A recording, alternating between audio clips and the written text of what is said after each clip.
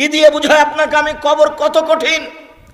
রাসূল সাল্লাল্লাহু আলাইহি ওয়াসাল্লাম বলেন, যখন তাকে কবরে জিজ্ঞাসা করা হবে দ্বীন সম্পর্কে, মুহাম্মদ সাল্লাল্লাহু আলাইহি সাল্লাম সম্পর্কে, ইসলাম সম্পর্কে, সে যদি উত্তর দিতে না পারে, ইয়াদরিবু জারবাতান, এত জোরে তাকে ফেরেশতা মারবেন, ইয়াসিহু সাইহাতান, সে বাপরে মারে করে চিৎকার করবে, ইয়াসমাউ মা বাইনাল মাশরিক ওয়াল মাগরিব ইল্লা সাকালাইন, সারা পৃথিবীর জীবজন্তু কীটপতঙ্গ পদার্থ জড় পদার্থ সব কিছু তার চিৎকার শুনতে পাবে, মানুষ আর জিন শুনতে পাবে না।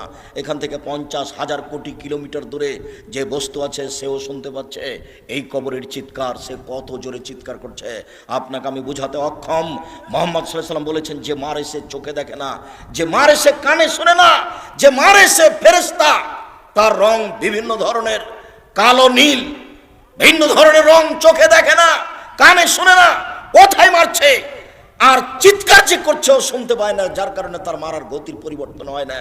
মারে যে সে পুলিশ নয়, মারে যে সে মানুষ নয়, সে খায় না, পেশাব করে না, তার সংসার নাই, তার বিবাহ শাদী নেই, তিনি হচ্ছেন ফেরেশতা।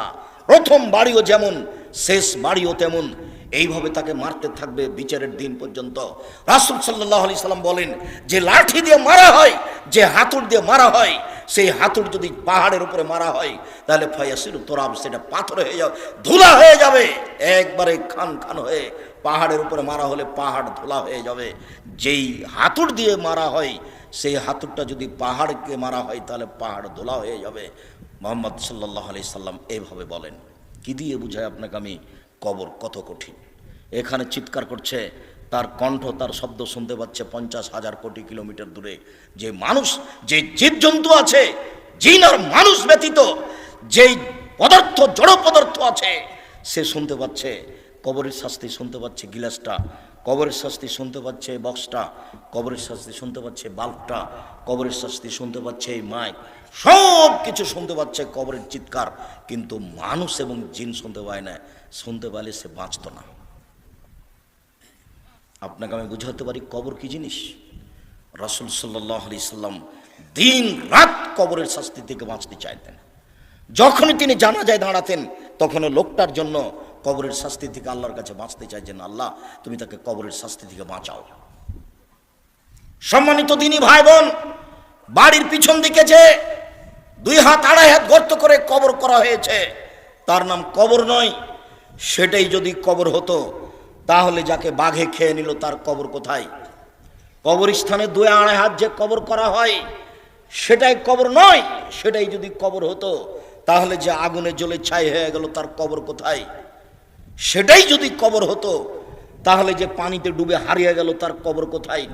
মরার পর থেকে নিয়ে বিচারের দিন পর্যন্ত একটা দীর্ঘ সময়ের নাম কবর, যাকে বলা হয় আলামে বারজাক। এই দীর্ঘ সময়ের নাম কবর। এটা কোনো জায়গা, কোনো স্থান নয়। সম্মানিত দিনী ভাই বোন, এই দীর্ঘ সময়ের ভালোটা হলো ভালো, খারাপটা হলো খারাপ। মানুষটা যদি ভালো হয়, মরার পরে ফেরেশতা যখন জিজ্ঞাসা করবেন তখন যদি তার উত্তর ঠিক হয় তাহলে ফেরেশতা বলবেন, নামকা নাওমাতিল আরুসে লাইকুদুল্লাহ আবালিহি, তুমি ঘুমিয়ে যাও বাসর রাতের ঘুমানোর মতো, যাকে কেউ জাগাবে না তার অতীব প্রিয় মানুষ ছাড়া। তুমি ঘুমিয়ে যাও বাসর রাতের ঘুমানোর মতো, যাকে কেউ জাগাবে না অতীব প্রিয় মানুষ ছাড়া। যখনই তাকে ঘুমাবে, ঘুম থেকে জাগাবে, তখনই সে একটু কষ্টবোধ মনে করে বলবে, এখনই তো মাত্র ঘুমালাম, কেমন হয়ে গেল, এখনই তো ঘুমালাম, কেন আমাকে এভাবে উঠানো হলো? তার এইরকম একটা পরিবেশ থাকবে।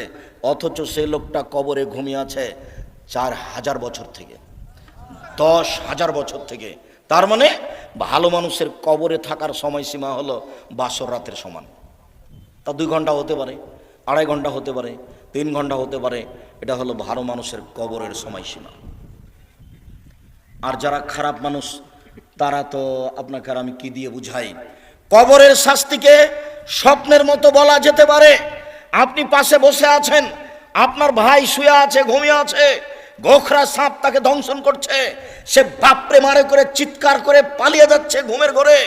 এরপরে তার ঘুম ভেঙে গেল, ঘুম ভাঙতে দেখতে পাচ্ছে গমা সাপ কত বড় ছিল, রং কেমন ছিল, কিভাবে কে দংশন করছে, সে সব কিছু এখন অক্ষর অক্ষর বলে দিতে পারবে ঘুম থেকে উঠে। কিন্তু যে পাশে বসে আছে সে কিছুই দেখতে পায় না। বুঝাতে পারিনি কথা মনে হয়। এরকম হলো কবরের শাস্তি। আপনি কবর খনন করে সাপ দেখবেন এই কথা ঠিক নয়। ওই যে একটা কাগজে লেখা ছিল যে জনৈকে ইমাম সৌদি আরব থেকে ইমামতি করার পরে মসজিদ থেকে বের হয়ে একটা কবর খনন করে দেখলেন যে একটা লাশকে সাপ পেঁচিয়ে ধরে আছে।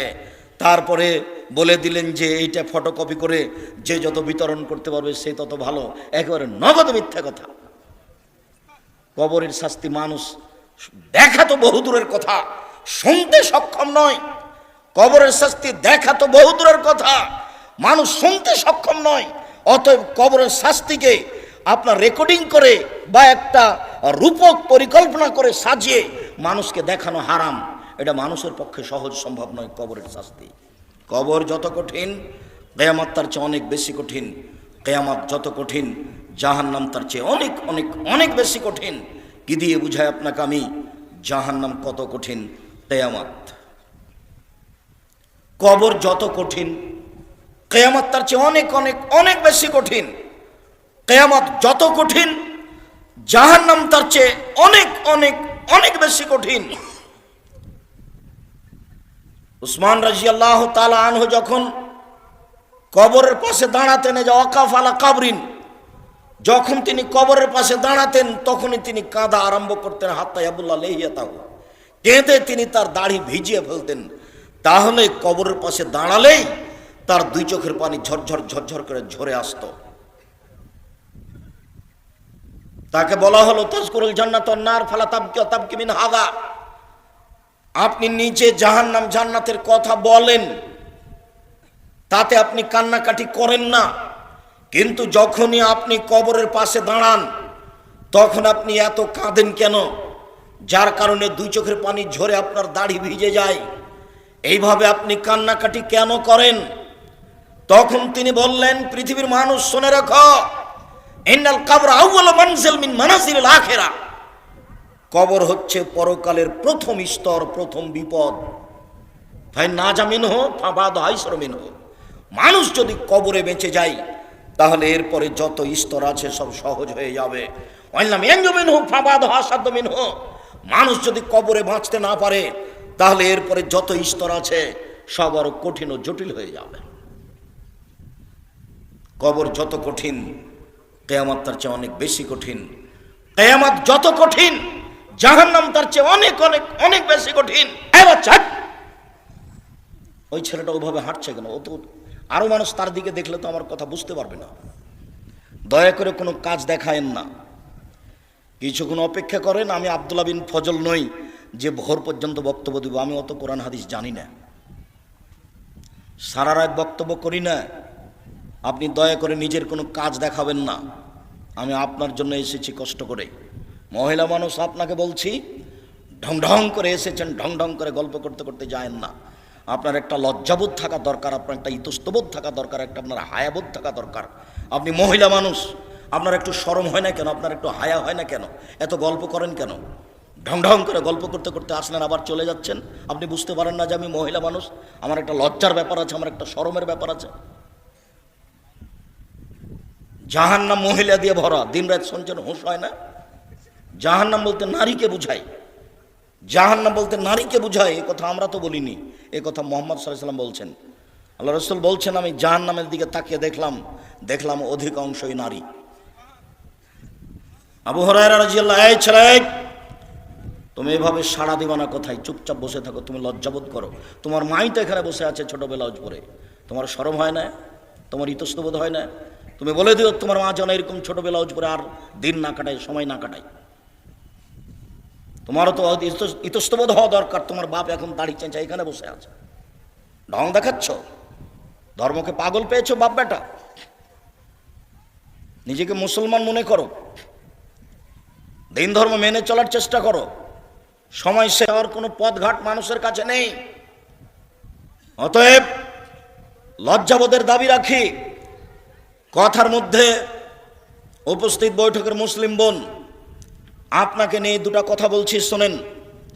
আবু হুরায়রা রাদিয়াল্লাহু তাআলা আনহু বলেন, রাসূল সাল্লাল্লাহু আলাইহি সাল্লাম বলেছেন, সিনফান মিন আহলিন নার লাম আরাহুমা, দুই শ্রেণীর মানুষ জাহান্নামে যাবে, আমি তাদের দেখিনি। দুই শ্রেণীর মানুষ জাহান্নামে যাবে, আমি তাদের দেখিনি। কমন মাহুম সেয়াতুন, এক শ্রেণীর মানুষ তাদের হাতে থাকবে লাঠি, কাদনাবিল বাকার, গাভীর লেজের মতো, একদিক মোটা একদিক চিকন, তাদের হাতে লাঠি থাকবে। ইয়াদরিবু বিহান নাস, তা দিয়ে তারা মানুষকে মারবে। প্রশাসনের হাতে এরকম লাঠি থাকে। যারা কলেজ বিশ্ববিদ্যালয়ে পড়ে ধর্মের শিক্ষার নামে ঢং করে বেড়ায়, তাদের হাতে এরকম লাঠি থাকে। যারা দলীয় দাপট দেখায়, দাঙ্গাবাজি করে, ক্ষমতা দেখায়, জোর করে জমি দখল করে, জোর করে এলাকা দখল করে, মানুষের মান সম্মানের হানি করে, মানুষকে জোর করে অপমান করে জেল হাজতে দেয়, এদের হাতে এরকম লাঠি থাকে। এরা যেন মনে করে জাহান্নাম আমার জন্য অপেক্ষা করছে। জুলুম করে, দাঙ্গাবাজি করে, ক্ষমতা দেখিয়ে, দাপট দেখিয়ে বেশি দিন টিকা যায় না। ফেরাউন ডুবে গেছে, অতএব আপনার জন্য জাহান্নাম অপেক্ষা করছে, আপনি থামুন। আপনাকে আমি অনুরোধ করেছি, ক্ষমতা দেখিয়ে, দাঙ্গাবাজি দেখিয়ে, জুলুমবাজি করে, মানুষের প্রতি অন্যায় অবিচার করে, ক্ষমতা দেখিয়ে, মানুষকে জেল হাজতে দিয়ে, মানুষকে অপমান করে 1 মিনিট বাঁচার চেষ্টা করিয়েন না। নরম হয়ে থাকেন, খুব নরম হয়ে থাকেন। মাটির মানুষ, মাটির মতো হয়ে থাকেন, ফলাফল ভালো হবে। সময় অল্প। কালকে ছিল 40 বছর, আজকে দেখছেন 60। কালকে ছিল 60 বছর, আজকে দেখলেন 80। তার মানে বেশি সময় নেই, অল্প সময়। আদম সন্তানকে, অন্তত মুহাম্মদ সাল্লাল্লাহু আলাইহি ওয়াসাল্লামের উম্মতকে বেশি সময় দেওয়া হয়নি। অল্প সময় বাঁচতে এসে মানুষের ক্ষতি করে বাঁচার চেষ্টা করিয়েন না, মানুষকে অপমান করে বাঁচার চেষ্টা করিয়েন না, এর ফলাফল ভালো নয়। রাসূল সাল্লাল্লাহু আলাইহি ওয়াসাল্লাম বলছেন, কেউ যদি কারো মান সম্মানের হানি করে, তাহলে সেই দিন আসার আগেই যেন হাত ধরে সমাধা করে নেয়, যেদিন কোনো টাকা পয়সা থাকবে না। যেহেতু বিচারের মাঠে হাত ধরে ক্ষমাও হবে না, যেহেতু বিচারের মাঠে টাকা পয়সা দিয়ে বাঁচাও যাবে না, সেই দিন তখন নেকি দিয়ে বাঁচতে হবে। আমি একটা লোককে অপমান করেছিলাম, আমি এখন বাঁচবো কি দিয়ে? আমার নেকি দিয়ে। আমার নেকি দিতে দিতে যখন শেষ হয়ে যাবে, তখন আমি যাব জাহান্নামে, ও যাবে জান্নাতে। এটা হলো বিচারের মাঠে বিচারের পদ্ধতি।